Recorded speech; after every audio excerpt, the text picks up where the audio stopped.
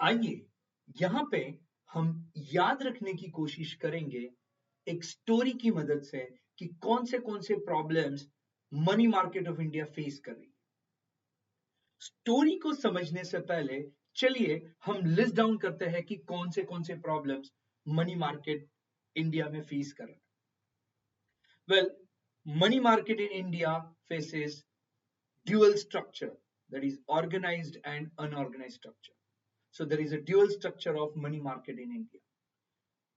There is a lack of uniformity in rate of interest in money market of India. So different sectors have different rate of interest. There is a shortage of funds in money market of India. Money market has been affected due to season. So there is a seasonal fluctuation which affects money market of India. There is a lack of financial inclusions of various sectors in money market of India. And for India, there is a slow speed of technological upgradation affects money markets smooth implementations. जब हमने ये सारे points list down किए, चलिए इन points को याद रखने की कोशिश करते हैं एक स्टोरी की मदद से, और स्टोरी का नाम है problems related to money markets of India मेरे बीमारी के साथ।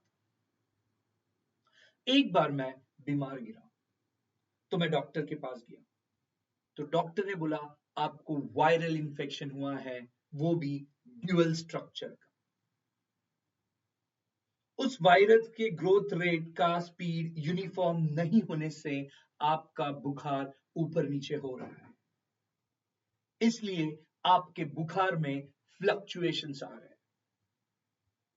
डॉक्टर ने मुझे दवाई लिख के दी, बट लैक ऑफ फंड्स के कारण मैंने वो दवाई नहीं खरीद पाया, क्योंकि उन दवाई की कॉस्ट मैं अपने खर्चे में फिनेंशियली इंक्लूड नहीं कर पा रहा था। तभी डॉक्टर ने बोला कि टेक्नोलॉजिकल अपग्रेडेशन के कारण नया टाइप का सस्ता इंजेक्शन आया है जो इस वायरस को मारेगा और आपको ठीक कर देगा। मैंने बोला डॉक्टर तुरंत लगवाइए। डॉक्टर ने मुझे इंजेक्शन लगवाया और मैं फिर से हेल्दी हो गया। आइए मेरे साथ रिवाइज करेंगे, आंसर करेंगे। एक बार मैं बीमार हुआ तो मैं डॉक्टर के पास गया, तो डॉक्टर ने मुझे बोला कि मुझे वायरल इन्फेक्शन हुआ है। वो किस तरीके का था?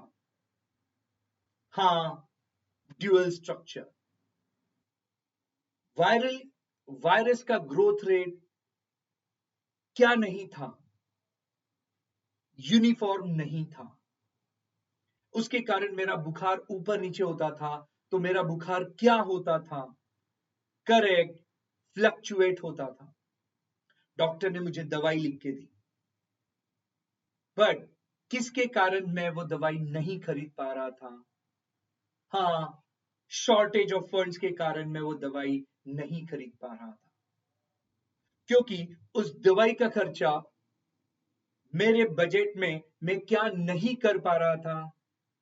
हाँ, फिनेंशियली इंक्लूड नहीं कर पा रहा था।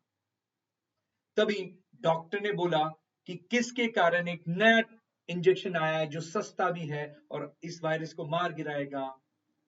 हाँ, टेक्नोलॉजिकल अपग्रेडेशन के कारण एक नया इंजेक्शन आया है जो इस वायरस को मार गिराएगा। मैंने वो इंजेक्शन लगाया और मैं कम पैसों में ठीक हो गया।